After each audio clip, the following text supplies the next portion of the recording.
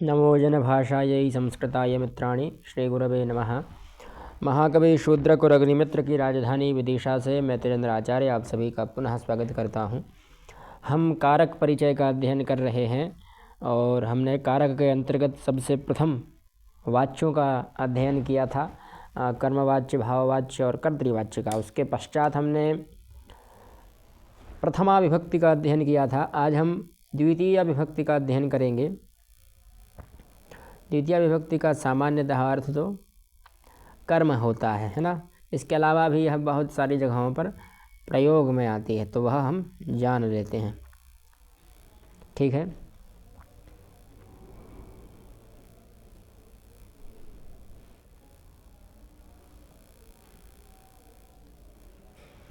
कर्म कारकम द्वितीय विभक्ति और इसका चिन्ह है को। अध्यापक बोलते हैं कि अयि छात्राः, हे छात्राओं, हे छात्रों, कर्ता कारकम किम अस्ति, वाक्येषु कर्तः कः भवति इति पठितवन्तः। सम्प्रति कर्म कारकम पठामः। तो गुरु जी कह रहे हैं कि ये छात्रों, कर्ता कारक क्या है, वह वाक्यों में कर्ता कौन होता है, यह सब जो है वो आप लोग पढ़ चुके हैं। सम्प्रति मतलब अब, इदानीम अधुना, वयम कर्म कारकम पठामः, हम सब लोग कर्म कारक को पढ़ेंगे, ऐसा उनके शिक्षक ने कहा। छात्र कहते हैं कि आम महोदय, ठीक है, हाँ। वाक्येषु कर्ता मुख्यम भवति, वाक्यों में कर्ता मुख्य होता है। कर्ता कारके प्रथमा विभक्ति भवति, कर्ता कारक में प्रथम विभक्ति होती है। इति वयम सम्यक्तया ज्ञातवन्तः, यह हम लोगों ने अच्छे प्रकार से जान लिया है। अग्रे कर्म कारकम किमस्ति इति ज्ञातुम इच्छामः, आगे कर्म कारक क्या है यह हम जानना चाहते हैं। तो अध्यापक जी कहते हैं कि पश्यन्तु, देखो, कर्ता क्रिया द्वारा विशेषण रूपेण यदिच्छति तत्कर्म कथ्यते, है ना। इसका एक सूत्र भी है, कर्तुरीप्सिततमं कर्म, कर्तुः क्रियया आप्तुमिष्टतमं कारकम कर्म संज्ञम स्यात्। वही यहाँ लिखा है, ज़्यादा अंतर नहीं है। कर्ता क्रिया के द्वारा जिसको चाहता है, ईप्सितम जो होता है, उसकी कर्म संज्ञा होती है। फिर व्याकरण का नियम लग जाएगा, या संज्ञा सा फलवती, तो जो संज्ञा हुई उसका फल क्या हुआ, तो कहेंगे कर्मणि द्वितीया, कर्म में द्वितीय विभक्ति हो। ये व्याकरण के मत से है। वही यहाँ है कि कर्ता क्रिया के द्वारा विशेष रूप से, है ना, ईप्सितम जो है, चाहना जिसको सबसे ज़्यादा चाह रहा है, यदि इच्छति जिसको चाहता है, तत्कर्म कथ्यते उसको कर्म कहते हैं। कर्म कारके द्वितीय विभक्तिर्भवति, कर्म कारक में जो है द्वितीय विभक्ति होती है। हिंदी भाषायाम कर्म पदांते प्रायः को लिख्यते, हिंदी भाषा में कर्म पदांत जो है उसमें प्रायः अधिकतः लोग को लिखते हैं। जैसे रामः भोजनम खादति, यहाँ भोजनम कर्म है तो भोजन को खाता है। अथवा नदीम पश्यति, नदी को देखता है ना। प्रश्नम पृच्छति, प्रश्न को पूछता है, इत्यादि जो है, क्षम्यताम। अब कुछ उदाहरण भी दिए हैं कि सुधा ग्रंथम पठति, सुधा नामक कोई बालिका है, वह ग्रंथ को पढ़ती है ना। पठति मतलब पढ़ती है। सुधा ग्रंथौ पठतः, सुधा दो ग्रंथों को पढ़ती है। सुधा ग्रंथान पठति, सुधा बहुत सारे ग्रंथों को पढ़ती है। अत्र त्रिषु वचनेषु वाक्यानि लिखितानि सन्ति, अत्र तीनों वचनों में वाक्य लिखे हुए हैं, है ना। ये एक वचन, ये द्विवचन और यह बहुवचन। सर्वत्र कर्ता सुधा अस्ति, सभी जगह पर जो कर्ता है वह सुधा है। क्रिया पठति अस्ति, क्रिया पठती है। पठन क्रिया द्वारा सुधा किम इच्छति, पठन क्रिया के द्वारा सुधा क्या चाह रही है, तो पठन क्रिया के द्वारा सुधा ग्रंथ इसको चाह रही है ना, ग्रंथम पद को। वो चाह तो रही है पढ़ना, पर किसको पढ़ना चाह रही है, तो ग्रंथ को पढ़ना चाह रही है। ठीक है। सुधा ग्रंथौ पठति, यह पठत क्रिया के द्वारा सुधा ग्रंथ को पढ़ना चाह रही है। इसलिए ग्रंथ जो है एतत् कर्मम कारकम, कर्म कारकम अस्ति, यह कर्म कारक है, इसकी कर्म संज्ञा हो गई। कर्मणि द्वितीया विभक्ति च अभवत, और कर्म में द्वितीया विभक्ति भी हो गई, है ना। तो यह करता हुआ अपनी क्रिया के द्वारा जो इसको सबसे ज़्यादा चाह रहा ईप्सितम जो होगा उसमें द्वितीय विभक्ति हो जाएगी। यानी सुधा यहाँ क्या है, करता है। स्त्रीलिंग में कर्तरी रूप बनेगा, पर मान लीजिए करता है।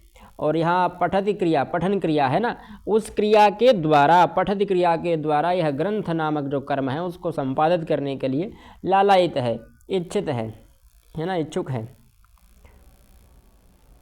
और भी कुछ है, एवमेव बालकः फलम खादति, बालक फल खाता है। लक्ष्मीं विष्णुं नमति, यहाँ विष्णुं फलम, नदीं श्लोकान, ये सब कर्म है ना। भक्ताः नदीं गच्छन्ति, भक्त लोग नदी की ओर जाते हैं। छात्राः श्लोकान पठन्ति, छात्र श्लोकों को पढ़ते हैं। अहम धनम इच्छामि, मैं धन की इच्छा करता हूँ, है ना। सर्वे गुणाः कांचनमाश्रयन्ति। अब देखिए, अधोलिखित पदानां योगे अपि द्वितीया विभक्तिर्भवति। कुछ पद हैं ऐसे, विभक्तियां दो प्रकार की होती हैं, एक संबंध विभक्ति और एक असंबंध विभक्ति। संबंध विभक्ति में आता है कर्म, कर्ता इत्यादि जो हैं, संप्रदान अपादान जो है, ये सब संबंध विभक्ति में आते हैं। और एक है असंबंध विभक्ति में आते हैं, क्षम्यतां, ये सब असंबंध विभक्तियों में आते हैं। और एक से संबंध विभक्ति, यानी किसी पद के संबंध में जब विभक्ति लगने लग जाए तो उसको हम संबंध विभक्ति कहते हैं, और संस्कृत में उसे उपपद विभक्ति कहते हैं। जैसे रामम, एक राम जी कहते हैं ना कि त्वाम बिना अहम स्वर्गमपि न इच्छामि, तुम्हारे बिना मैं स्वर्ग को भी नहीं चाहता हूँ। तो वहाँ त्वाम, यह जो पद है ना, ये त्वाम, ये किसका है, द्वितीया का है, क्योंकि बिना के योग में द्वितीया तृतीया पंचमी विकल्प से होती है, तो वहाँ विकल्प से द्वितीया हुई है। तृतीया भी हो सकता है कि त्वया बिना, है ना, अथवा त्वद बिना, ऐसा भी बन सकता है। तो यह क्या है, यह एक बिना जो शब्द है वह संबंध विभक्ति का पद है। उसी प्रकार से देखिए तो अभितः मतलब दोनों ओर, परितः चारों ओर, समया समीप, निकषा समीप, प्रति मतलब और, अनु मतलब पीछे, दिक् मतलब धिक्कार, बिना वही बिना वाला जो बिना था, और यावत मतलब जब तक, उभयतः मतलब दोनों ओर, सर्वतः मतलब सभी ओर। ये सब जो चीज़ें हैं, इन जो शब्द लिखे हैं ब्लैक, थोड़े ज़्यादा डार्क हैं जो, उन सभी शब्दों के साथ में द्वितीय विभक्ति होती है ना। ये जो है, ये है ना, नदीम अभितः वृक्षाः सन्ति, नदी के दोनों ओर वृक्ष हैं, है ना। अभितः मतलब दोनों ओर। लंकाम परितः समुद्रम अस्ति, लंका के चारों ओर, परितः मतलब चारों ओर समुद्र है। पर्वतम समया नदीम प्रवहति, पर्वत के पास, समया निकषा दोनों समीप अर्थ में होते हैं। नदी प्रवहति, नदी बहती है।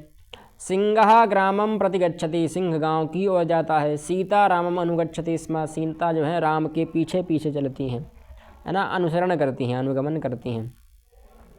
ये हो गए अभितः परितः इत्यादि के साथ में। और भी कहीं आप देखेंगे तो वहाँ पर भी ऐसा ही मिलेगा। एक सूत्र है ना, अभितः परितः समया निकषाः प्रतियोगेपि, उसके कारण हो गई हैं। अब द्विकर्मक धातु, तो जिन्होंने व्याकरण इत्यादि का अध्ययन किया होगा वो लोग जानते ही होंगे। एक सूत्र है अकथितंच, तो अकथितंच जो सूत्र है वो यही कहता है कि यदि हमारे लिए अपादानादि विशेष ही अविवक्षतम कारकम कर्म संज्ञम स्यात्, जब अपादानादि की हमें विवक्षा ना हो, बोलने की इच्छा ना हो, तो उस स्थिति में हम कर्म का प्रयोग कर सकते हैं, है ना।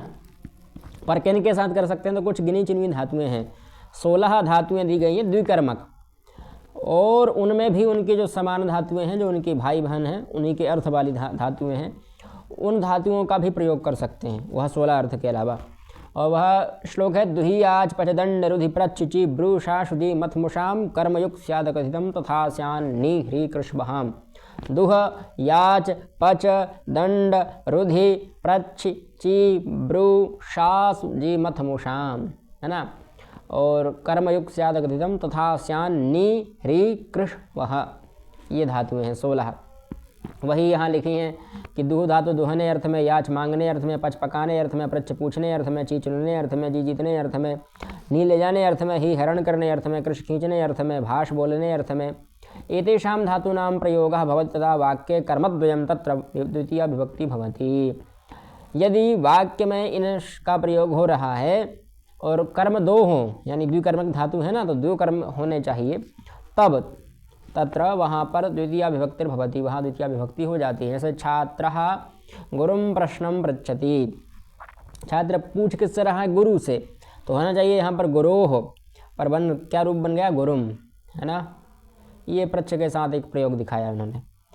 सह मित्रम पुस्तकम याचते, अब याच धातु का प्रयोग है यहाँ, किससे मांग रहा है? मित्र से मांग रहा है। तो यहाँ भी मित्रात् ऐसा होना चाहिए था, पर उसकी अविवक्षा हो गई अपादान की, तो बन गया मित्रम, और पुस्तकम द्वितीया का है ही। उसी प्रकार से भारतम पाकिस्तानम विश्वचषकम जयति, भारत जो है वह पाकिस्तान से, पाकिस्तानात अथवा पाकिस्तान देशात विश्वचषकम वर्ल्ड कप, है ना, जयति मतलब जीतता है। तो यहाँ पर भी भारतम तो कर्म है ही, नहीं, भारतम तो देश का नाम है, प्रथमा विभक्ति। पाकिस्तानात यहाँ जो है वो अपादान है, और उसके स्थान पर हमें द्वितीय विभक्ति प्राप्त हो गई, और विश्वचषकम यहाँ पर भी द्वितीय विभक्ति थी ही, कर्म है ये, इसीलिए, है ना। अब ये कुछ अभ्यास हैं कि कर्मकारकम नाम किमस्ति रेखांकित पदानि शुद्धम कृत्वा लिखतु। तो यहाँ ये देखिए कर्म कर दीजिएगा, श्लोक है, यहाँ कृष्णम कर दीजिए, यहाँ कविताम श्रावयति, ये क्या है? गुरुम अनुपठन्ति, है ना। द्वितीय हो जाएगी। अधोलिखित पदानाम धातूनाम च प्रयोगम कृत्वा एकैकं वाक्यम लिखन्तु, है ना। ये अभितः परिता प्रजया याचते इत्यादि जो पृच्छामि, इन सब के साथ में आप एक एक वाक्य बनाइएगा, क्योंकि अभ्यासात् धार्यते विद्या, अभ्यास से ही विद्या आपके पास आएगी, है ना, इसीलिए। चलिए मिलते हैं अगले वीडियो में, तब तक के लिए जयतु संस्कृतम जयतु भारतम।